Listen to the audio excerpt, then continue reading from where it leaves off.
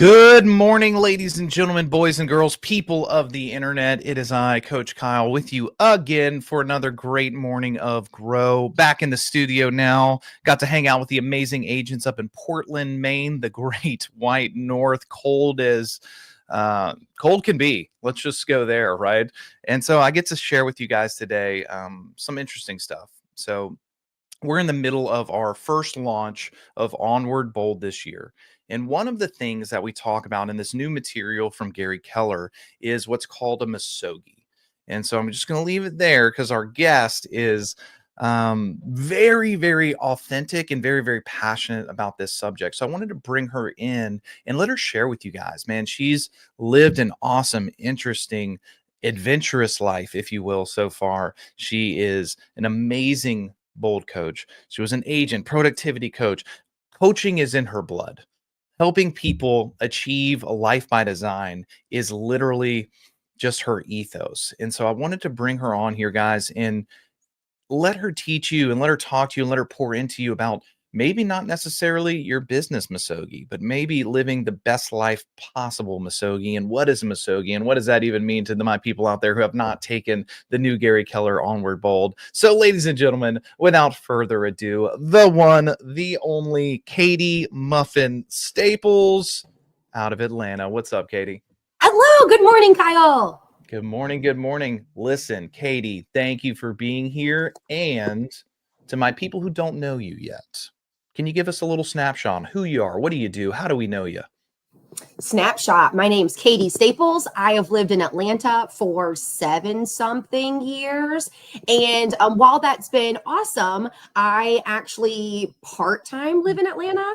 The other part of the year, I take my RV and my dogs out and live wherever the mountains call me at that time. Sometimes it's during a bold location. Sometimes it's just because my heart says, let's go do cool things. And so that's physically where I am. I love coaching bold. I love helping people grow their wealth through real estate. I love fostering puppies, and I love going on adventures. Guys, by the way, one of the things you hear a lot when we talk about life by design and what does that look like for me is more often than you can shake a stick at, people are like, I want to travel. I want to do cool stuff. Katie is literally the person that does the cool stuff. She's not the boring, hey, you know what? Let's catch up on another season of Lost. Let's go get lost. So, Katie, when we talk about a misogi, first off, for the people out there, what is it? Yes. Okay. So Kyle, in step one of bold, and if you've taken the new Onward Bold, you've heard this before. We talk on the day one about this thing called a misogi challenge. And it dates back to ancient Shinto Japan, where samurai warriors, it means a water cleansing. These samurai warriors would do something so hard, so difficult, so defining that it shaped their whole year. So here's what I mean by that. They said, what is something that is going to push me mentally and physically so much that I'm kind of like reborn from it, that this really shapes everything else in my life that I'm doing? So the Japanese warrior said, you know what? We're going to stand under an icy waterfall and let the water come cleanse us. And by the way, it's really, really cold. So mentally and physically, this was a huge challenge.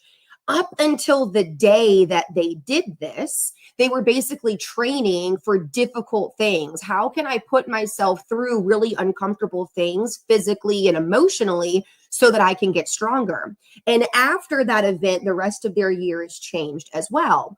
So now in modern day times, misogi challenges are basically any really defining moment, any tough thing that you do. It's meant to be a one-day activity.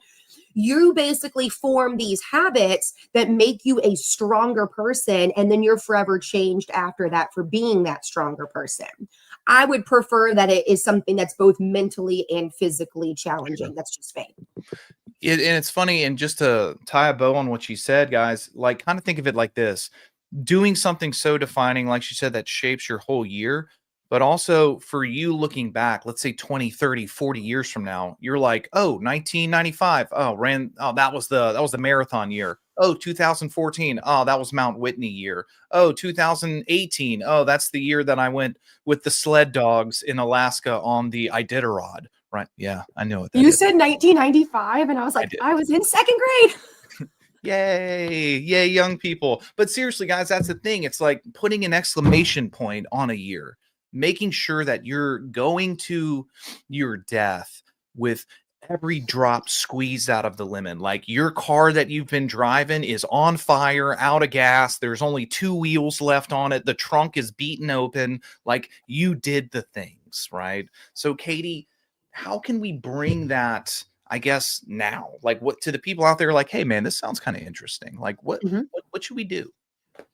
So when I thought about this after Gary shared, hey, we're going to talk about this in Mhm. bold moving forward, I thought about this and I thought, I'm really passionate about this, like just automatically, immediately. And I'm like, why is that?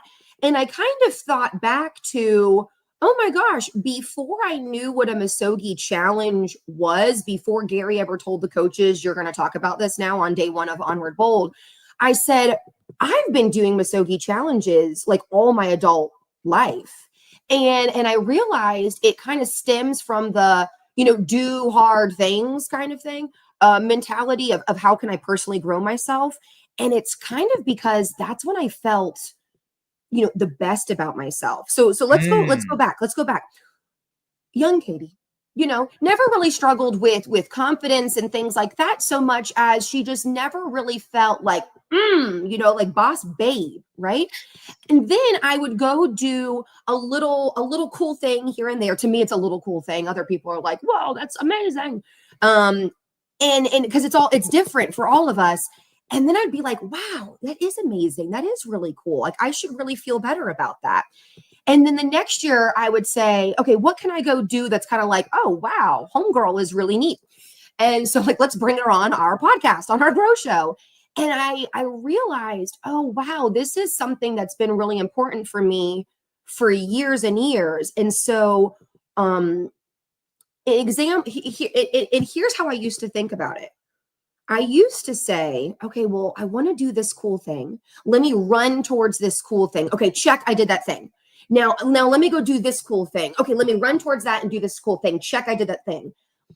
And I thought it was neat until I said, am I just running and doing a cool thing and checking the box? And I'm running and doing this cool thing and checking the box. And I used to tell myself, slow down. Mhm. It's not about the destination, it's about the journey, right? And so that's how I used to tell myself, and I had this big aha about it. However, I've had my mind changed yet again. I'm kind of back to the no, it could be about the destination too.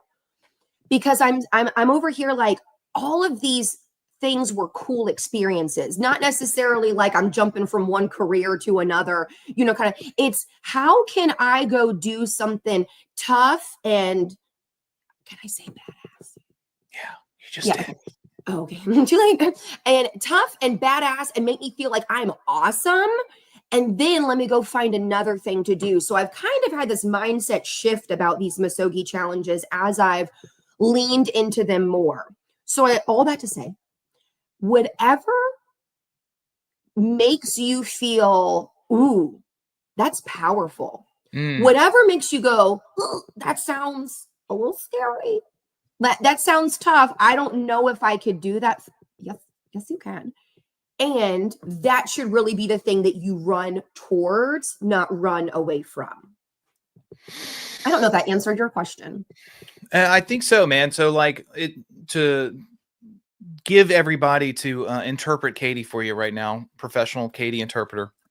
It starts with self awareness, right? Self awareness is the key to change. Self awareness is the key to self mastery. And one of the things on her journey was she was taking and having these deep reflective moments on why am I doing this? What does this mean to me?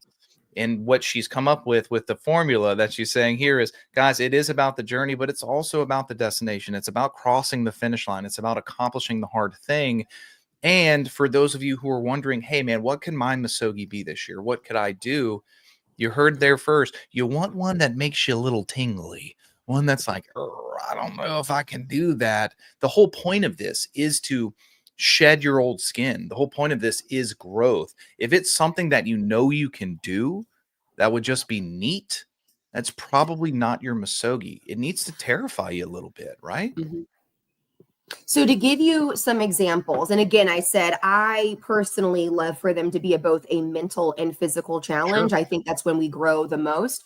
It could be anything from, hey, quitting smoking, because Mhm. that is a physical and a mental challenge. Big It time. could Right. Yeah. It could be doing an ultra marathon. Bravo to all of you who love to do this thing called running. I love that for you. And to give you an example of a similar physical thing, I like hiking. I like going to the mountains. I love the nature. That is my spiritual place. So I said, okay, what can I do in my happy place that's really going to push my Mm, comfort zone? Because I already know that I'm comfortable there. I run away to the woods all the time. And yet, what can push me just outside that comfort zone? And I thought, well, I like hiking. I mean, I just did 6.5 miles on Saturday. What if we did 21 plus miles? What if we did it in one day? What if we did it in bear and cougar country? And what if we did it alone? And the cat, not the, old lady. And and we we did it on a hike that 2/3 of people fail on. And I said, yes, I would like to do that. So, what I'm describing is Mount Whitney in California. It is the tallest elevation in the lower 48. It starts at 8,000 feet elevation and goes to 4,500. It is 21.2 miles. It is accomplishable with the proper training and mindset and things like that and the proper preparation. So that is mine for 2025. So does it scare you a little bit? Um, it does for a couple reasons. And by scared, I mean, I honestly, Kyle, doing so many of these year after year, I'm less afraid, I'm less scared, and I'm more like, that's a challenge, and dang, I'm going to feel real good when I accomplish it. That's what I run towards now. Pause. Guys, again, let me unpack Katie speak for you because there's a lot of nuance in this language pattern. What she did or what she is doing or the skill that she has adopted is a mental reframe. So I started with something that could be perceived as negative, right? Scary, terrifying. And she said, au contraire, mon frere. She said, no, no, no. I see it as something that's challenging, something that when I accomplish, I just gave myself goosebumps, something that when I accomplish it, I'm going to feel so good about myself. Guys, that is a skill. All right. There's a lot of times that we get anxious and nervous and scared to do things. And all that's really missing is, like Katie just showed you that she's living, is a mental reframe around the subject. Thank you for translating, Katie, for the people. So I've done things that have scared me before. I've Mhm. traveled internationally solo. I've traveled domestically for a significant amount of time solo. I've done tough physical challenges before. To me, I've learned to run towards the fear and look at it like it's going to be tough and you've made it through all your tough days so far. Embrace the tough. My friend Matt Grudel, shout out Matt Grudel, it says embrace the suck. Yeah. Just embrace the suck. It's going to be really tough. And so the challenges that I kind of look forward to with this Misogi challenge in particular is there's a lot of things outside of my control when it comes to climbing Mount Whitney, right? The weather is extremely volatile. You really can't predict it at the summit. So great. How can I best prepare for that which I can't control? Well, I can go do hiking, to train in adverse weather. I can go get used to climbing in the rain and embracing the suck. I can bring the proper attire. I can have the proper footwear. Now, if there's a blizzard in, June at the peak, is that going to maybe stop me? Potentially. And yet I'm going to run towards the opportunity, and I'm going to just best prepare for all the things I can't control. I can't control if there's mountain lions. That's the part, honestly, that's the part that I'm like a little bit like ugh, about. I can't control if there's mountain lions on the trail. People have spotted them before. That's the mental game that I'm going to have is be okay solo in the woods for 21 miles for 11 hours. Mhm. I can't control if it's freezing at the top. Great. Bring the proper attire. Just get used to the cold. Embrace the mental suck of the freezing weather. All of those are things that I can prepare even for the stuff I can't control. So, Katie, this is all obviously super intriguing because a lot of us don't live that way, right? A lot of us aren't challenging ourselves in the elements and going into the wild and punching cougars in the nose. Um, how can we do this to those people who maybe aren't as wild as you, right? Maybe there's people who don't like nature, like, ugh, nature, gross, dirt. What are some things that they could do or plan or think about that aren't necessarily physical endeavors of scaling large peaks? Yes, love that. Last year, I decided I was going to share some of these journeys with other people. And so I started a podcast. And I thought that that was a great Misogi challenge before I even knew what a Misogi challenge was last year, because it was something that was going to require such a diligent schedule. It was something I was super passionate about and like, oh gosh, are people going to accept this? Am I going to Sure. be able to stick to the schedule? So I would take something that you're passionate about, and then how can I 10x it from there to not exit like on an off ramp? 10x. How can I take it and do 10 times more quality without necessarily doing 10 times more quantity and really blow that up? So ask yourself, what are you passionate about? Mm, What do you get really excited about? Because the more passionate about it you are, the more likely you're actually going to continue to move towards that accomplishment. And now, what would it look like for you to go do something so awesome with that thing in that world where when you look back after, you're like, whoa, I can't believe I actually accomplished that. mhm. And leading up to that moment of whoa, you are setting up such amazing habits for your life. You are getting to choose what you say yes to and what you say no to. You're training your schedule, you're training your body, your mind to be so aligned with that crazy 10x goal that on the other side, you're like, what's up, me? Hey, badass, when you look in the mirror. And do you already say that to yourself, Kyle? I bet you I do. do sometimes, yeah. And you're like, hey, you're the best. Like you are so awesome. Because what I realized was all these little things that I do on the other side, I'm like, girl, go ahead. And that's what kind of got me addicted to these Misogi challenges was I started thinking, oh wow, I'm awesome. And it's not that I thought you're not awesome before. Mhm. However, I had never really said you're so awesome. I just kind of was. So I think it's take what you're passionate about and then what in that realm would make you go, let's go, you. Hey, Mhm. beautiful. Way to freaking crush that. So, for instance, losing weight could be one. Hmm. How about building a real estate team could be Hmm. one? Hmm. Starting a podcast, like you mentioned. I was just reflecting as you were talking. I was like, man, I guess grow was kind of my Misogi last year because it takes a lot of time, a lot of intentionality, a lot of focus to be able to do something live, ladies and gentlemen, every morning. Man, that's interesting. So, guys, don't overthink it. If physicality is not your thing, if the mountains are not calling you, if you're leaving them on dial tone, that's okay. Like Katie said, go find something that you're passionate about, that you're into. Man, it could be even something as go write that book that you always had an idea of. Go start a community.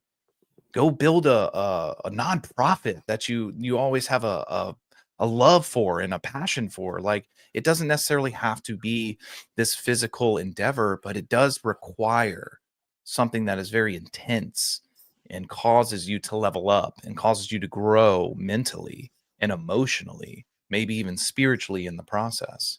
Did I sum that up right? Oh, yes, you translated that very well.